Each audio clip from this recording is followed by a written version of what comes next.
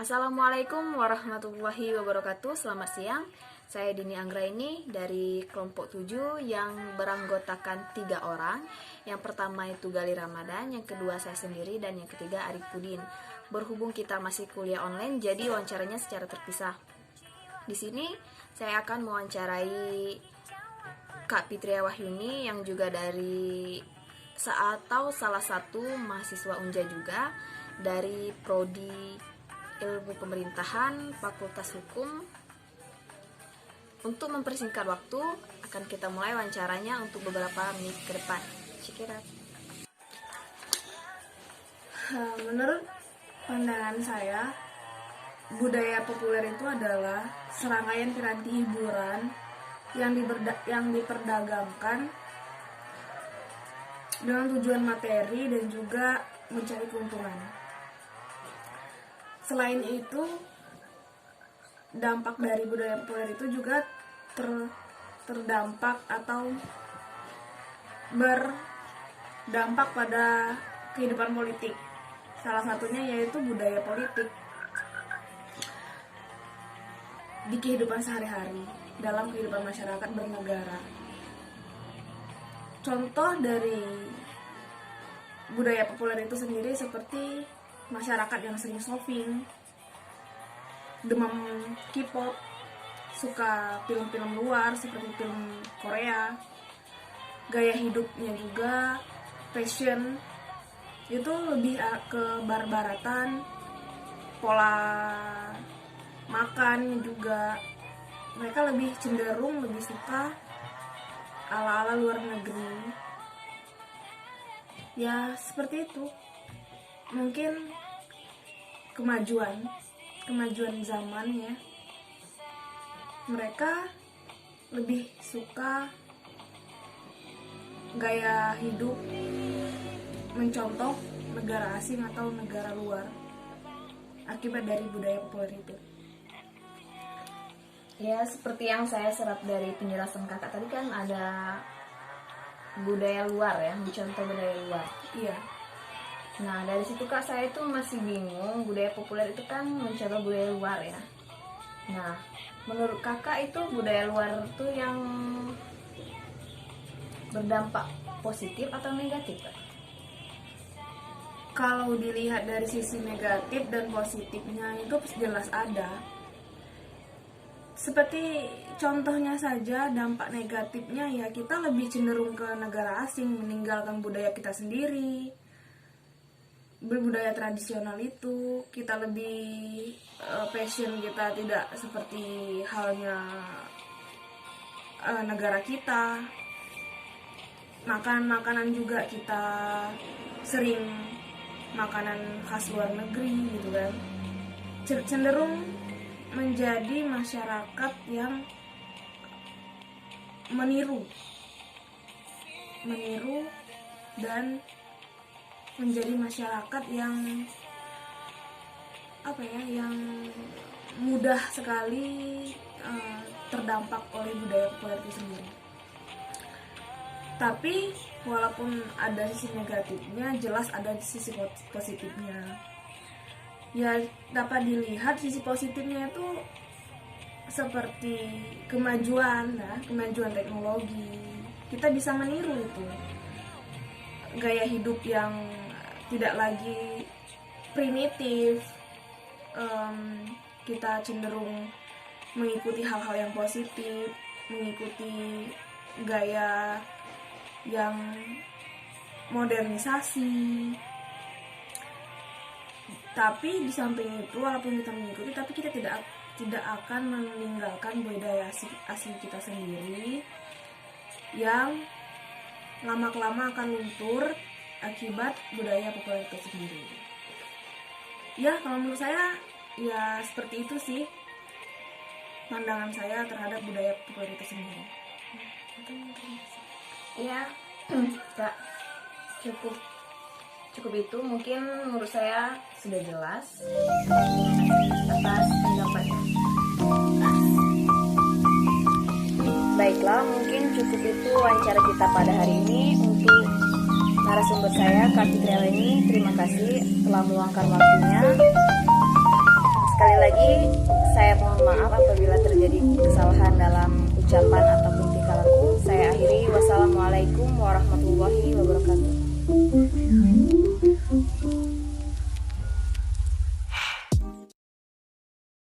Assalamualaikum warahmatullahi wabarakatuh. Baiklah, hari ini saya akan mewawancarai saudari Yuyung untuk melengkapi tugas MKI. Perkenalkan, nama saya Ahmad Arifudin dari kelompok 7. Materi saya yaitu tentang budaya populer. Yang ingin saya tanyakan kepada saudari Yuyung, yang pertama kali, ini tentang budaya Korea.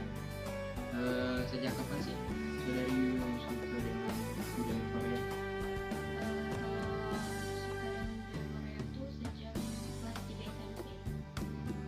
Lumayan lama ya. Itu tahu sendiri dari teman atau lihat-lihat tayangan TV? Itu dari teman. Dari teman. Terus sukanya sampai sekarang ini? Ya. Apa sih yang disukai dari Korea? Kalau menurut saya, karena saya suka nonton drama ya, yang saya suka itu dramanya sama musik. Musik. Ya sekarang kan drakor, semua lagu-lagu Korea kan lagi tren-trennya nih lah. Terus ada nggak hal positifnya yang didapat dari saudari Yuyung? Terus sih kalau menurut saya tuh kita jadi bisa mengetahui macam-macam budaya, baik budaya Indonesia dan juga budaya luar. Dan kita juga bisa belajar bahasa dari mereka. Selain bahasa Inggris, kita juga bisa belajar bahasa Inggris. Jadi kita bisa memahami bahasa asing juga ya. Jadi bisa menambah wawasan secara wawasan internasional.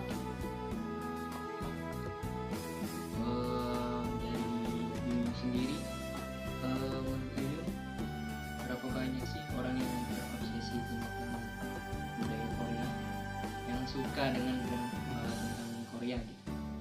Kira-kira berapa persen? Mungkin 80%. Banyak juga ya.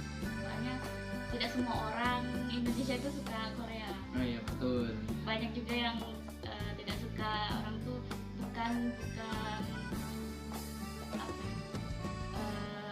tidak semua juga menyukai Korea. Pasti ada yang menyukai film barat, ada yang menyukai ke daerah-daerah lain, ke negara-negara lain. Oh iya kan nggak semua orang nih suka ke drama Korea. Kenapa sih Yuyung lebih suka ke drama Korea? Sedangkan Indonesia kan juga punya banyak film-film, terus lagu-lagu gitu. Kalau dari segi lagu sih saya suka semua jenis lagu, baik itu lagu barat, lagu Korea maupun lagu Indonesia.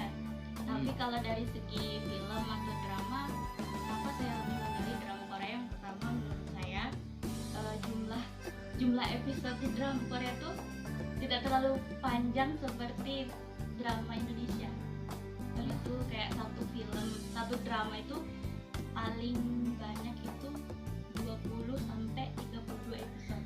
Dan itu pun durasi penayangannya kayak cuman kalau yang 32 episode itu cuman 30 menit. Jadi itulah yang membuat saya suka karena tidak terlalu monoton. Yang kedua, alur ceritanya runtun. Jadi dari awal sampai akhir itu alur ceritanya nggak berubah. Kalau film Indonesia tuh pasti dari awal alur ceritanya seperti ini sampai ke tengah pasti selalu ada penambahan pemeran gitu. Itu yang membuat saya nggak suka. Jadi buat film makin lama gitu ya. Terlalu monoton, Membosankan. bosan. Nah, selain dari lagu atau video, apa lagi yang disukai dari budaya Korea? Atau fashionnya? lumayan menarik juga. Fashion, terus dari segi kecantikan Korea itu bagus.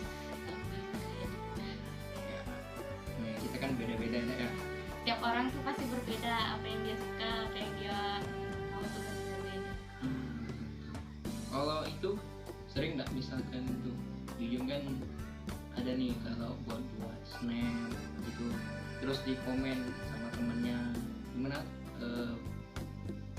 perasaan Yuyung gitu dengan komen orang. Kadang kan ada orang nih yang nggak suka sama yang Yuyung bilang tadi kan, nggak suka sama drakor gitu. Kalau menurut saya sih ya nggak peduli lah orang mau bilang apa, karena itu yang saya suka, itu hobi saya juga tidak mengomentari apa yang dia suka, jadi ya saya terima aja. Tapi dengan budaya kita sendiri, Yuyung menjauhinya atau enggak? Ya, Tak menyeimbangi ya. menyimbangi. Kayak kalau untuk drama Korea itu sebagai sampingan. Kalau di budaya kayak saya kan orang Sunda, saya suka juga sama budaya Sunda, kayak lagu-lagunya, terus tuh tarian-tariannya. Oke, mungkin cukup wawancara saya pada malam hari ini. Ya, terima kasih kepada saudara Yuyung sudah menyempatkan waktunya. Baik, saya akhiri. Wabillahi taufiq wal hidayah. Wassalamualaikum warahmatullahi wabarakatuh. Assalamualaikum warahmatullahi wabarakatuh. Halo teman-teman semua, perkenalkan nama saya Galih Ramadan. Saya perwakilan dari kelompok 7 mata kuliah Manusia dan Kebudayaan Indonesia.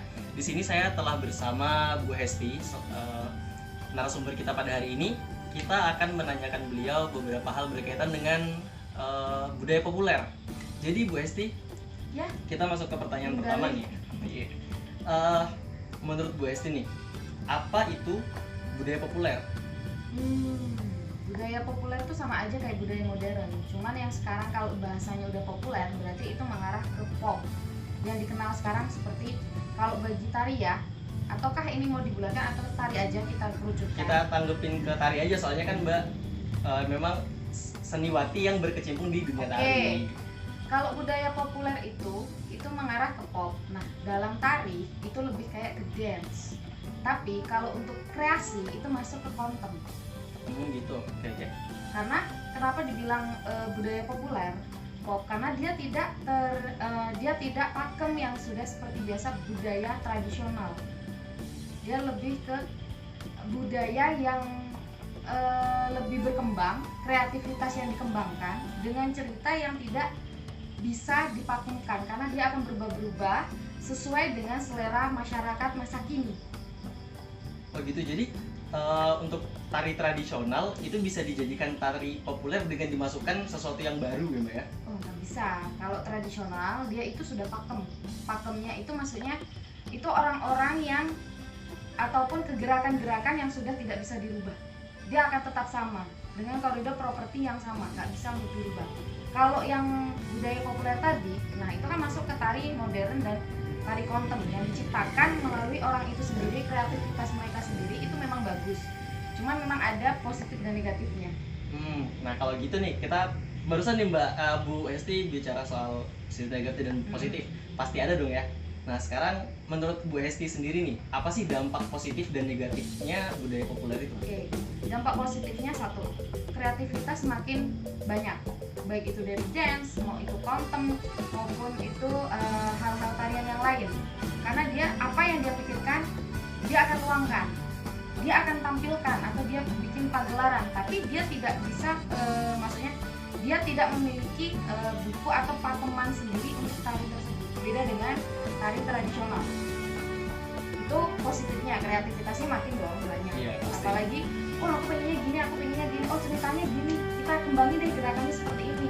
Oh aku pengen kita menghidupkan tentang pola pikir pemikiran kita tentang Indonesia sekarang, modernnya seperti no ke tradisional tapi lebih kayak modern. Contoh HP, dari HP aja kalau untuk budaya populer itu bisa dibikin gerakan karena masuk ke kontem. Kalau tradisional tidak bisa. Negatifnya Negatifnya itu adalah dia tidak, maksudnya anak-anak zaman sekarang tidak bisa menghargai atau kurang menghargai budaya tradisional atau tarian-tarian tradisional. Padahal kalau dibandingkan budaya populer dengan budaya tradisional, budaya populer itu adalah yang dinikmati oleh masyarakat dari atas sampai bawah. Sedangkan budaya-budaya tradisional itu sebenarnya kalangan elit yang mengerti. Kenapa kalangan elit? Contoh, kita ambil tarian Bali. Kenapa turis lebih suka ke tarian Balinya dibanding tarian konten? Mereka suka konten, tapi untuk lebih menarik turis untuk Indonesia sendiri untuk tari, itu kan lebih menampilkan budaya-budaya tradisional. Kayak tari pendet. Tari pendet itu seperti itu terus. Bule-bule ngerti, tapi itu terus yang nah, itu elit untuk orang-orang yang seperti itu. Jadi harusnya paham menurut bangsa, ya nggak sih? Iya, harus paham. Ya, masa iya cuma sukanya modern itu akan berubah-ubah menurut zaman, ya kan? Kalau konten itu bisa ke daerah, tapi tinggal dikembangkan aja maunya kemana, konten modern kah atau cerita rakyat. Nah, cerita rakyat kan kalau di dalam teater juga atau di tari juga sama aja, itu menceritakan tentang yang bisa dilihat oleh masyarakat menengah atas ataupun bawah. Beda dengan tradisional atau tarian-tarian kayak bedoyo, itu kan yang ditarikan untuk raja yang dulu. Itu kan elit. Iya. Ya kan? Tapi jangan dilupakan. Oke, jadi teman-teman, itu tadi hasil wawancaranya. Saya ucapkan terima kasih pada Bu Hesti. Ya, sama-sama. Semoga ilmunya bermanfaat untuk kita semua. Saya Eri, wassalamualaikum warahmatullahi wabarakatuh.